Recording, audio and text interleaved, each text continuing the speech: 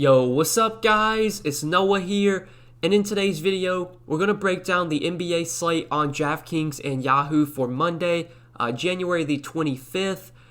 We got a big 10-game slate for Monday, so we're going to break this down team by team like we have been doing recently. I'm going to try and go, as quick as I can. Obviously give you guys, some good information, but still break down the slate, as quickly as possible. Don't want to keep you guys for too long, so we'll start off, with the early games, Philly, Detroit, work our way through each game.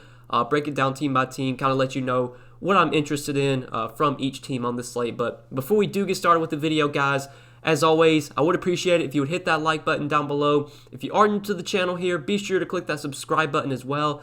And click the notification bell so that way you do get notified every time I upload. You will also get notified every time I do go live. And I do plan on live streaming this afternoon. So if you're able to tune in around 3:30 Eastern Time, I will be live to break down the slate, to talk through everything once again, to answer all your questions. So if you're able to this afternoon, tune into the live stream around 3:30 Eastern Time. But yeah, we got a 10-gamer. We're going to start off with the Philly-Detroit game. If there's any teams that, I don't really have much interest in, I'm going to just kind of, say that. Just try and go quickly. So I don't really want to talk about teams if, I don't really have any interest in them. So starting off with Philly, this game overall, right now it's kind of a wait and see on the Philly side. Joel Embiid is questionable. If he plays, I really have no interest in anyone from Philly at their price tags. On a big slate like this, nobody stands out from the Sixers outside of maybe, sprinkling Embiid into some lineups if you're playing a lot of lineups.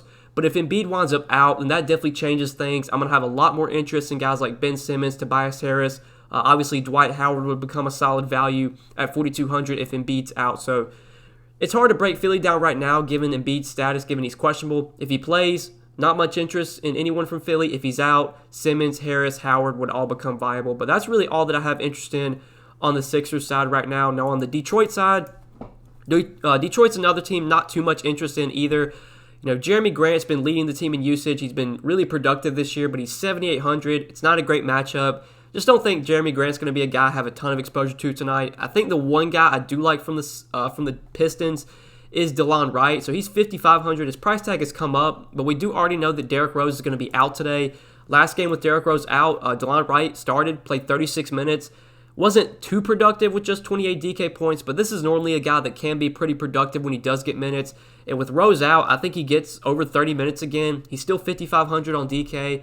I wouldn't say he's still 5,500, but his price is 5,500, which is not, a price tag that I think is too high. I think if he was like 6,500, then yeah, I wouldn't have much interest in Wright, but I think he's still viable at this price tag. On Yahoo, though, I think that's where DeLon Wright looks really good. He's still cheap over there. It's $15. If you need a cheap point guard today, I think DeLon Wright does stand out, given that Derrick Rose has already been ruled out. But outside of Wright as a play because of Rose's status, really not much stands out from Detroit. Like Josh Jackson, I liked quite a bit last slate with Rose and Griffin out. He didn't play a ton of minutes though off the bench, just 24 minutes. Now that Griffin's back, I really don't know how many minutes Josh Jackson plays. So yeah, not much interest in Detroit outside of DeLon Wright. So moving on to Toronto and the Pacers. Toronto's another team. We just got to watch the injuries. Right now, Pascal Siakam, Kyle Lowry are both questionable. They both were not able to play on Sunday. They were both out Sunday, and this is a back-to-back for the Raptors. I really have no idea if they play. My best guess is that they probably do. I would assume they probably sat out that game so they could play this one. But if Siakam and Lowry are both out again, I think there are some really appealing options from the Raptors, and it starts with Fred VanVleet. VanVleet, I know he hasn't been great lately with Lowry out. He's had 2 games. I think the last 2 games, Lowry has been out in both those games. And VanVleet hasn't, been that great, 33 and 41 DK points, but this is a guy that does get a nice boost with Lowry off the floor. If Siakam were to miss as well, that would just make me like VanVleet even more, and he's someone that we know is going to play a ton of minutes. He'll have the ball in his hands more if Lowry's out. Even at 7,900, that still feels a little bit too cheap for VanVleet if we get word that Lowry and Siakam are going to be out again. If Siakam's out again, you could definitely play Boucher, but he didn't get a ton of minutes. He only played 21 minutes on Sunday. His minutes have started to trend down, which is not great. Boucher's a guy that, you want him to get the minutes, especially now that he's up to 6,800. You need the minutes from Boucher, and they've kind of been trending down. If you want to take a shot on him in tournaments, you could, but really I think the guy I have the most interest in from the Raptors is Fred VanVleet if Siakam and Lowry are out. But if they both play, really I don't have any interest in anyone from Toronto. I think Stanley Johnson, he did start Sunday. He played 31 minutes, but just 19 DK points. I guess if he were to start again, he could be someone worth considering. But yeah, that really does it for the Raptors. Now on the Pacers side, the Pacers, they're just not a team I have much interest in right now. Like where everyone's priced at, like Sabonis is near 10K, Brogdon's near 85, or he's 8,500, Miles Turner's all the way up to 7,400. Like even though LeVert's out and then TJ Warren's still out, we know those three guys are going to dominate the usage and going to be the guys that you see put up big games, but at their price tags in a matchup against the Raptors, none of them stand out as top options today. Sure, if you're playing a lot of lineups, you can mix in some Sabonis, you can mix in some Brogdon. Turner, I probably wouldn't even play at 7,400, but really no core options for me from the Pacers. Honestly, this game as a whole is probably going to be a fade. If Siakam and Lowry wind up playing, I won't have much exposure at all to this game. But if Siakam and Lowry wind up out, then yeah, there will definitely be some appeal on the Toronto side. But I think we can go ahead and move on to the next one, Charlotte and Orlando. So on the Hornets, in this matchup against the Magic, this is just not that appealing of a game. Should be pretty slow pace. Both these teams do play at a pretty slow pace. On Charlotte, not much stands out here. Gordon Hayward, sure, you could mix him in on this slate, as a lower-owned tournament option. He helps to fill a small forward position that's usually normally pretty weak. But, nobody on Charlotte at their price tag stands out as top plays for me. They're probably going to be a team I kind of, just avoid today. No really standout plays. On the Orlando side, we do have to watch the status of Aaron Gordon. Aaron Gordon was out on Sunday. Really don't know his status for Monday's game. I would assume that he probably plays. I would assume on the back-to-back he rested, or he didn't play Sunday, so that way maybe he could play today. But there is at least a chance that Aaron Gordon is out again. If he were to be out again, then Vooch would become a more appealing option. Fournier would get a little bump, but Fournier's up to 6,300 now. Vooch, I think, still viable, though, at 8,700 if Gordon's out. We saw Cole Anthony have a really good game on Sunday with Gordon out. Played 36 minutes and had 22 DK points. No, never mind. That's their game on Friday. The game log hasn't updated, but I'm pretty sure Anthony had a really good game on Sunday. I can check it real quick on Yahoo. Yeah, on Yahoo they update their game log. So Sunday with Aaron Gordon out, Cole Anthony played 32.5 minutes, 33 fantasy points, 14 points, 5 rebounds, 6 assists. So he was really productive Sunday. He does get a little bit of a boost if Gordon's out. If Gordon does wind up sitting, I think Vooch and Anthony are the two guys I'll be looking to most. James Ennis started, but I don't think he really did much, if I'm not mistaken. Gary Clark, I believe, was in the starting lineup, but he didn't do a ton. He played 35 minutes, but he still only had 20 fantasy points. James Ennis played 21 minutes, had 25 fantasy points. If you want to take shots on them as punt plays, they could be viable, but really on the Orlando side, it's kind of Vooch and Anthony as the two guys I'll be looking to if Gordon's out. If Gordon plays, really don't have a ton of interest in anyone from the Magic side. I think Gordon... Gordon $31 on Yahoo could be viable, but yeah, this game, honestly, as a whole, is just not very appealing at all. So moving on to the next one, Miami and Brooklyn. Miami's still dealing with some injuries. Jimmy Butler and Tyler Hero both remain out. We know Bam Adebayo should continue to dominate the usage with those guys off the floor. He had a great game against Brooklyn when these teams played on Saturday, and they're facing off once again on Monday. Bam played 38 minutes, had 62 DK points, had 41 points, 5 rebounds, 9 assists, just a massive game for Bam Adebayo. Really good matchup here against Brooklyn. They've always been a team that's kind of struggled to defend bigs. DeAndre Jordan, he's not that great of a defender. I do expect Bam to have a lot of success again. I don't know if he's going to have 62 DK points again, but I think we could definitely get 50 plus from Bam. I think he is a viable pay-up option at center, someone that you can target in tournaments, maybe for a little bit of lower ownership. I do like him at 8,500. I've been playing Goran Dragic recently with Butler and Hero out. It hasn't really been going that well. 30, 26, 30 DK points last 3 games, but he continues to start, probably going to play 30 to 32 minutes. He's viable, but obviously at 6,200, he's not going to be a top play for me. Kendrick Nunn, his price has come all the way up to 6,100, so I really don't want to play Kendrick Nunn even at that price.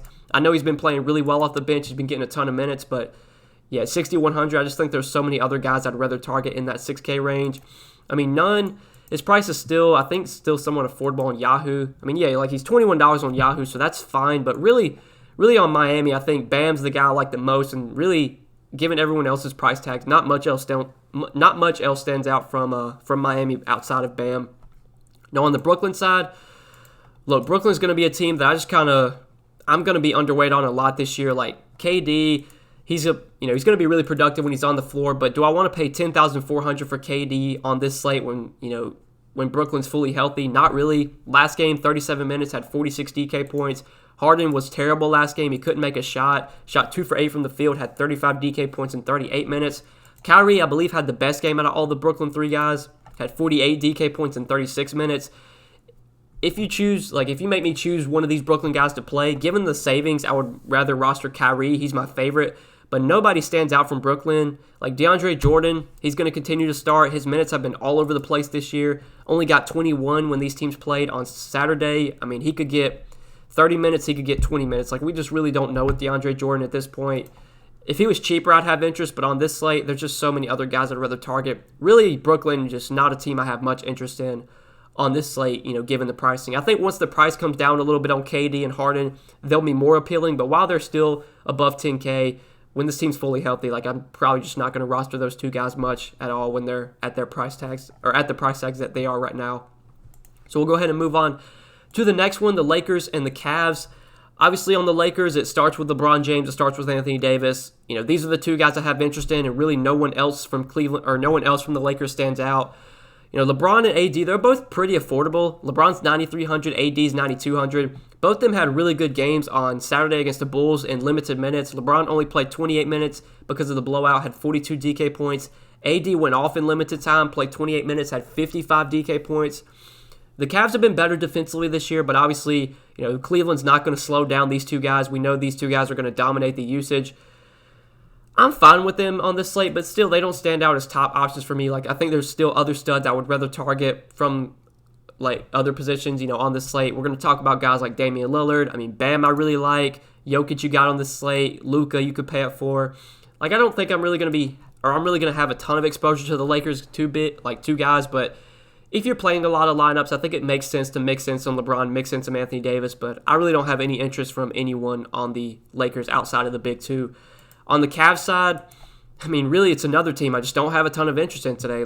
Drummond, his minutes have been way down now that Jared Allen's in the mix and, taking minutes away. Drummond was really productive last game against Brooklyn in 27 minutes, had 50 DK points, but obviously I don't think we can expect that to happen again. I think until Drummond's price tag comes way down, I'm not going to be paying $8,800 for him when he's only getting, 26 to 28 minutes. Colin Sexton, tough matchup against the Lakers. This price has come way up to $7,200. Just not a guy that I have too much interest in at that price. I think if I had to roster someone from Cleveland, it would probably be Colin Sexton, but nobody stands out as a top play from the Cavs. I mean, really, this game as a whole, just another game that I just don't have a ton of interest in. Let's go ahead and move on to the next one, though, the Nuggets and the Mavs. So on the Nuggets, I mean, it starts with Jokic and Murray for me. Definitely Jokic is the top guy here. I mean, 10,800, it's expensive, but on a big slate like this, I mean, we already have some solid value, and I think more value is going to open up as the day goes on because there are a lot of guys questionable. We should be able to pay up for Jokic today. I think he is one of the better stud options on this slate. I mean, Jokic's just a guy that I always have interest in. He's just been so productive this year. He's a guy that stuffs the stat sheet, legit has triple-double upside basically every night. Going to play a good amount of minutes, 36, 38 minutes if it's a close game. I think Jokic looks like one of the better studs on this slate. We're going to talk about Damian Lillard later, who I do like as well. But Jokic, I think, looks really good. Jamal Murray, I believe he finally had a good game. He's finally had 2 good games in his last 2 against Phoenix. I know the last one went to double overtime, but even before that, had 40 minutes in regulation, 46 DK points. Last game, 43 DK points in 43 minutes. Look, Jamal Murray, he's been all over the place this year. It seems like you never know what you're going to get from this guy, but the upside's there. We know he's a great scorer. When he gets hot, he'll just start taking a ton of shots.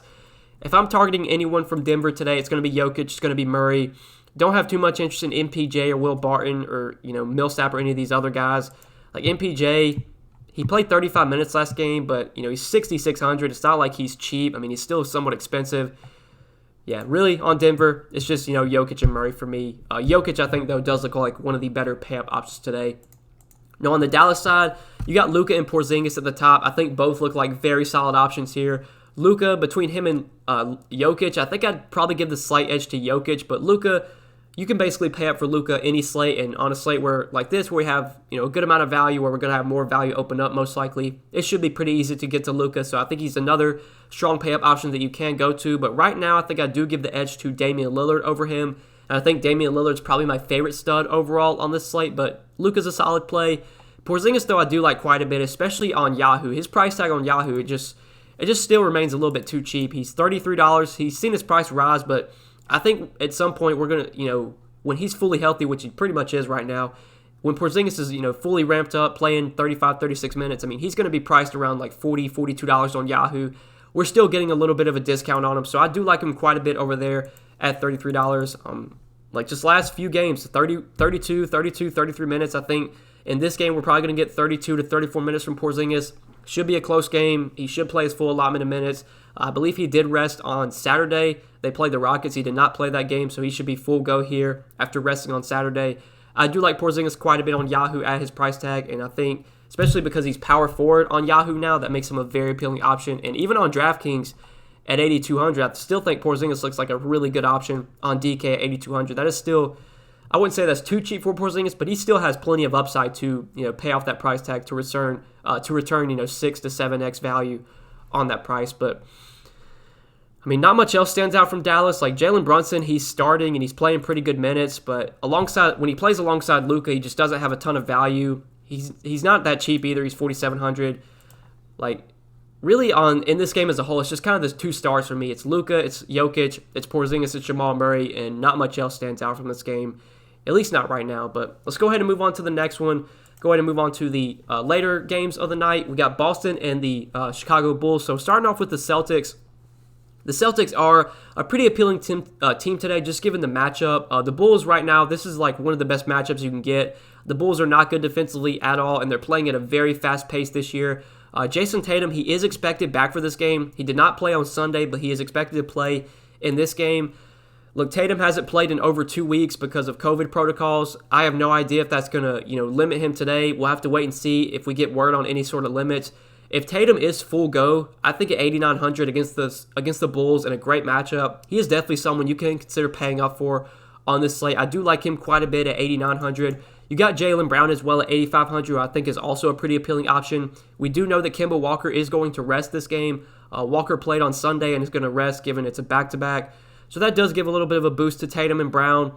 Marcus Smart, I don't have too much interest in him at 6,400. I think from Boston, I really like Tatum. I like Brown. Those are going to be the two guys I look to most from this team, and not much else stands out from the Celtics outside of those two. Like with Kemba being out, that really doesn't affect too much. That doesn't really open up any value because we saw earlier this year, when Kemba was out, they would just start Marcus Smart at point guard. And although Marcus Smart is going to start at point guard, this is a guy that still isn't that productive on a point per minute basis. He could give you 35, 38 DK points in a good matchup like this, but on this slate, if you get 38 from Marcus Smart, is that going to, win you a tournament at 6,400? Not really. So on Boston, I like Tatum and I like Brown, and not much else stands out. On the Bulls side, I mean, not really a team I have too much interest in. Just not a good matchup here against the Celtics. The price tags on these guys, just nobody really stands out at their price tags. I think if I had to target someone from Chicago, it would probably be Zach LaVine. Just given he's 8,600, the price tag has to come down a little bit. We know in close games, Zach LaVine's going to play 36, 38 minutes. He's a very productive player when he's on the floor. If this game stays close, it's likely going to be because of Zach LaVine. If I'm targeting someone from the Bulls, it's going to be him. Really, nobody else stands out, though. Like Wendell Carter, I think, is going to be out again, but that doesn't really affect too much. I thought Daniel Gafford would be a good value with Carter out, but he just hasn't been getting the minutes. He's been starting, but only playing like 18 to 20 minutes. Not someone I'll be looking to, so yeah, in this game, it's just Brown and Tatum and some sprinkles of Zach LaVine, but really that's it from the Boston-Chicago game. Now moving on to San Antonio and New Orleans, there are some guys I like on San Antonio that we will talk about. You got DeRozan at 7,700, you got Johnson 6,800, Aldridge 6,700. Those guys are fine, but I think the guy that really stands out on DraftKings is Dejounte Murray. His price is down to 6,500. I guess it's worth noting that this is a back-to-back for the Spurs. They did play on Sunday. I don't know if that's going to really, affect Murray too much. I'm pretty sure he's played on back-to-backs this year, so I'm not too worried about that. Like when they played Minnesota back-to-back, he played 41 minutes and then 36 minutes the game after that. So I'm assuming he's full go today, and for some reason his price came down to 6,500 on DraftKings, which I don't really know why, because Murray this year, when fully healthy, he should be like 7K, close to 8K with how well he's produced this season. The minutes have been there, which is that's always been the concern with Dejounte Murray. It's not that he's not a productive player, it's just that the minutes have been all over the place. But with Derek White out and with him, being out for a good amount this season, we've seen Dejounte Murray just locked into the minutes, 34, 35 minutes in close games. against the Pelicans, a game that should be close. I like Dejounte Murray a ton on DraftKings. I think he is just way too cheap at $6,500. Definitely $1,000 to maybe even $2,000 too cheap on this slate. He's the guy that really stands out to me from San Antonio. Not much else, though, that stands out outside of Dejounte Murray. Aldridge, if I was going to play him today, I guess it would be Yahoo. He is pretty cheap over there. He's $20 at center. Like, Aldridge, at this point in his career, like, you never know what you're going to get from this guy, but when he does get the minutes, he can be productive. I wouldn't mind him, but really it's just Murray for me. Murray stands out more on DK. On Yahoo, I think he's still in play, $30, but I do like him quite a bit on on DK where he's $6,500. He did play 31 minutes on Saturday against the Wizards, had a triple-double, 41 DK points. Like, there is no reason for this guy to be $6,500 on DraftKings today. Really stands out as one of the better plays at the point guard position. But moving on to the Pelican side. So from the Pelicans, you got Brandon Ingram at $8K, who I think is a fine option. Zion's at $7,900. Ingram's price has come down a little bit, so I think that does make him somewhat appealing. I haven't really been playing Brandon Ingram much this year. He hasn't been that great lately. He's been really struggling. We've seen just I believe 4 or 6 straight games under 37 DK points. So he's had 37.5 DK points or less in 6 straight games. Obviously he's not been great, but pretty good matchup here against the Spurs. We know Ingram going to be productive when he's on the floor. He's going to dominate the usage. He's going to play a ton of minutes if it's a close game. Spurs have not been good defensively this year. They play at a middle-of-the-pack pace, so I don't mind Ingram at 8K. I don't mind Zion.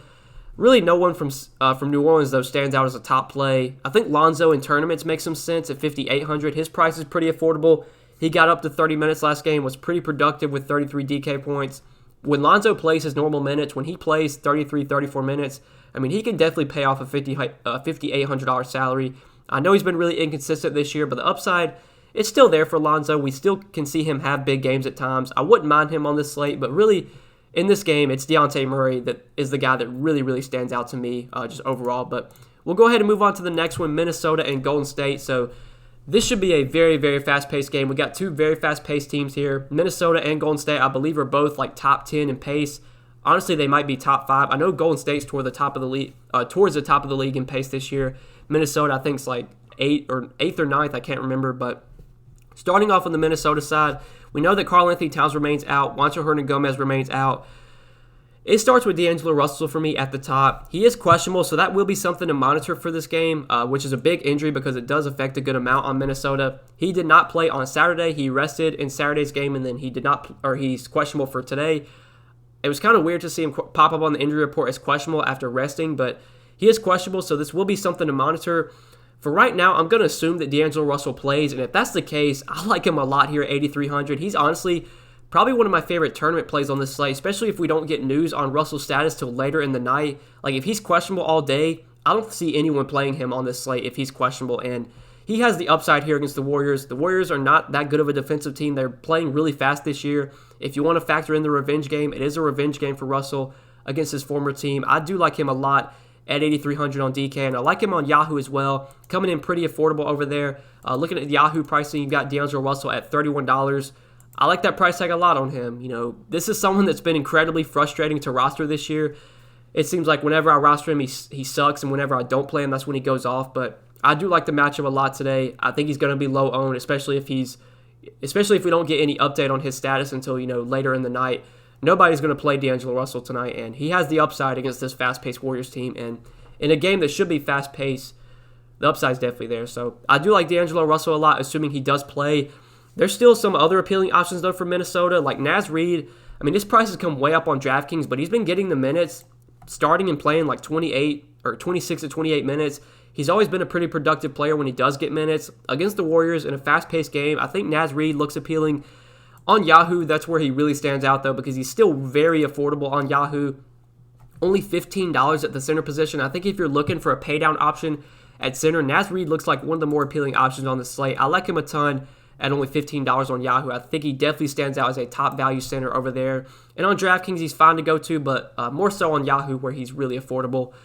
But I do want to talk about Ricky Rubio. So Rubio was someone that I liked a lot on Saturday once we got word that D'Angelo Russell was out.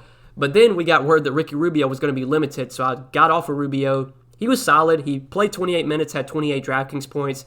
I have no idea if he's going to be limited again, but I would assume that if D'Angelo Russell is out again, we see Ricky Rubio start at point guard, and I would assume he likely plays more than 28 minutes today. So I think 30 to 32 minutes is likely from Rubio. If Russell's out, he'll have the ball in his hands more. He's always been a productive player he's always been a guy that can be productive when he does get minutes. He's always been productive on a point-per-minute basis.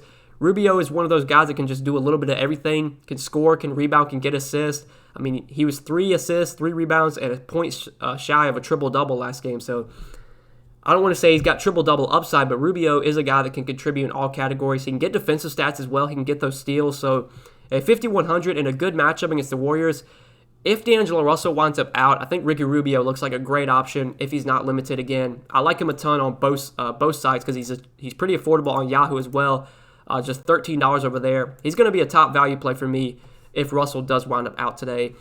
Jared Vanderbilt, we've seen his minutes be all over the place. He did start last game, and he only played 21 minutes, but he was really productive with 37 DK points in 21 minutes. He's another guy, like I said, his minutes have been all over the place, but if he's going to start, the upside's there for Vanderbilt because he is a productive player when he does get minutes. I would assume that if he's starting, he's playing probably 22 to 24 minutes, if not a little bit more.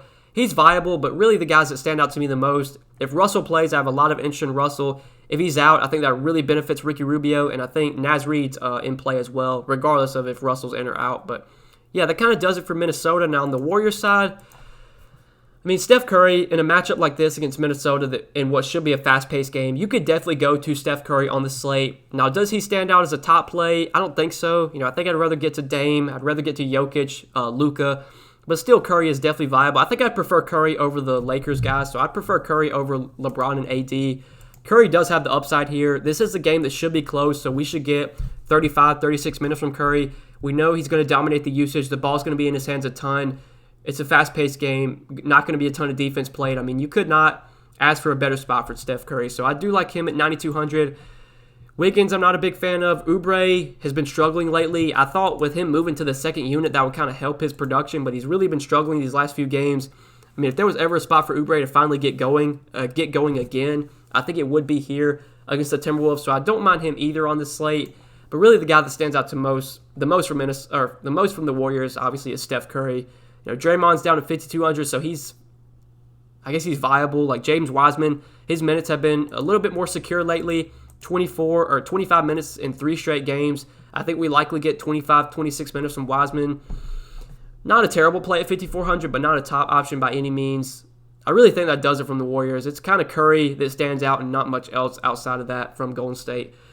So we'll move on to the last game of the night, and this is a very appealing one for me. We'll start off on the OKC side. Now on OKC, there's not much that stands out, but I do want to talk about SGA. I like this matchup a lot for SGA. I think against Portland, who's not a good defensive team at all, Portland also plays at a pretty fast pace.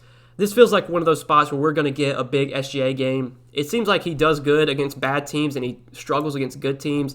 Like he had a really big game against the Bulls. That was a really good matchup. He had a really good game against some other teams like Brooklyn, who plays fast, the Knicks, the Pelicans, but he's kind of struggled against better teams like the Clippers. He had mediocre game, 40 DK points against the Nuggets, just 31 DK points. This feels like one of those games, one of those matchups where we can definitely get 50-plus DK points from SGA. I do like him a good amount on the Thunder side. I think in that 8K, 7K range at point guard, he stands out as a really good mid-range option. Obviously, Dejounte Murray stands out as a really good option as well. Al Horford is... we don't really know his status. He did not play Sunday. My best guess is that he just remains out for this game. It seems like he's going to be out for at least a few more games. I really don't know. He remains out for personal reasons, and we really haven't gotten an update on his status. So I'm just going to assume that Horford remains out today. And if that is the case, I do have a lot of interest in Isaiah Roby. I think he does look like a pretty solid value on DK. You can play him at power forward, which makes him very appealing. He's still somewhat affordable at 4,600, and lately with Horford out, he has been starting, and the minutes have been pretty secure. He's not playing a ton of minutes, but 26 to 28 minutes seems very likely for Roby. That's what he's played in at least 4 straight games, at least 26 minutes in 4 straight games. The foul trouble's kind of always been an issue with him, but when he's on the floor, he's going to be productive. He did have a double-double in Sunday's game against the Clippers in 26 minutes, had 30 DK points, 10 points, 10 rebounds, 3 assists, and a steal. I mean, if we're going to get 26, 28 minutes from Roby, I think he can easily give us, 25, 30 DK points.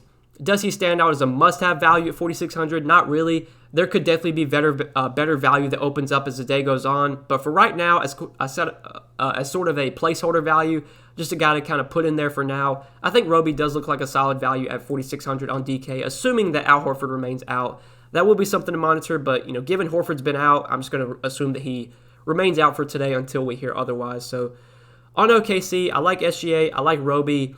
Not much else stands out from OKC, though. Like Bazley, he's been all over the place this year. He's been struggling lately. He's affordable, but I don't know if I want to go to him. George Hill, this is a back-to-back for the Thunder, so George Hill, I believe, has been resting on back-to-backs this year.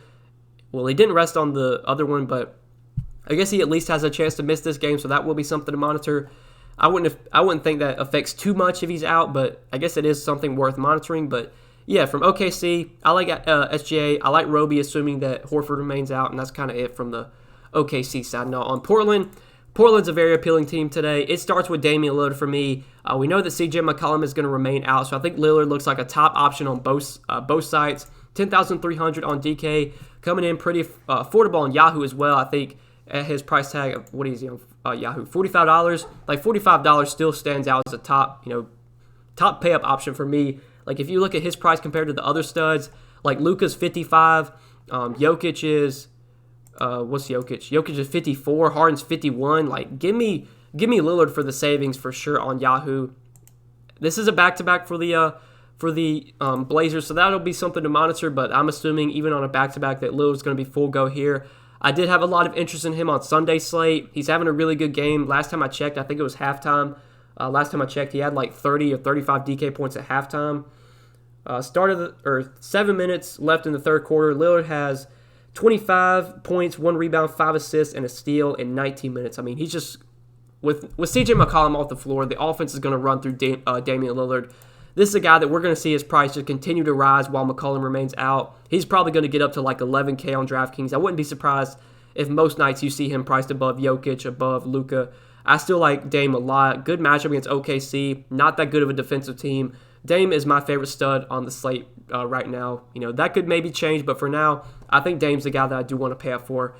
But there's still some other appealing guys to target from Portland.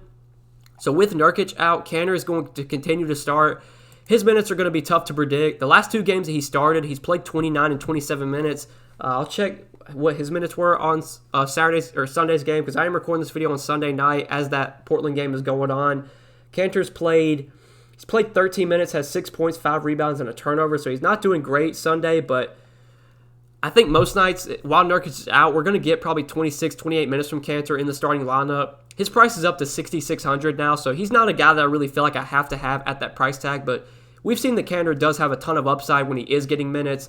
I think on Yahoo, that's probably where he looks the most appealing because he's $21. He's still pretty affordable over there. Isaiah Roby's also very cheap, $11, so you could consider Isaiah Roby on Yahoo. Those are 2 guys I do like from center in this game. Don't mind Kanter on this slate, but at his price tag, he's not a top option for me by any means.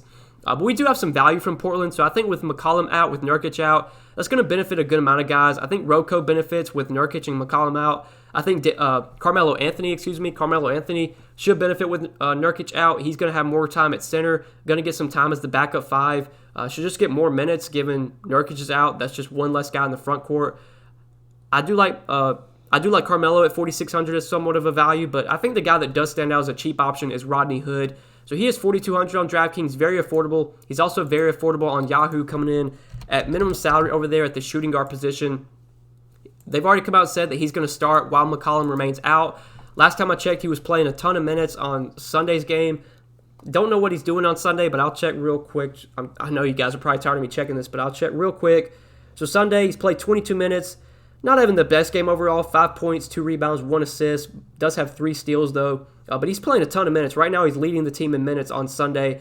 And I think while McCollum remains out, we're going to see Rodney Hood get the minutes. He's probably going to play 35, 36 minutes if this is a close game. You never feel good about a guy like Rodney Hood because he is kind of scoring dependent. But in a good matchup against OKC, in what should be a somewhat fast-paced game, I do like Rodney Hood as a value. Again, I think him and Isaiah Roby are kind of they're 2 start values for now. They're 2 guys we can kind of plug in for now, but depending on what opens up as the day goes on, we can maybe find better values to open up. For now, though, I'm fine with Roby and I'm fine with Hood as cheap plays. I think Derrick Jones Jr., he benefits as well with Nurkic and McCollum out, so you could consider him as a value from Portland. I mean, really, there's a lot of guys I like from Portland. Obviously, Dame. I think Cantor's fine. Covington, Melo, DJJ, Hood, I think are all viable on the slate. So there's probably 5-6 guys I have interest in from Portland today. Definitely one of the more appealing teams on the slate to target, at least as of now. But that does it for tonight's 10 games, guys. I think we broke everything down team by team. I hope you guys did enjoy the video. I do greatly appreciate you watching. If you enjoyed, hit that like button down below before you do get out of here. Hit that subscribe button as well. Be sure to click the notification bell so that way you do get notified every time I upload.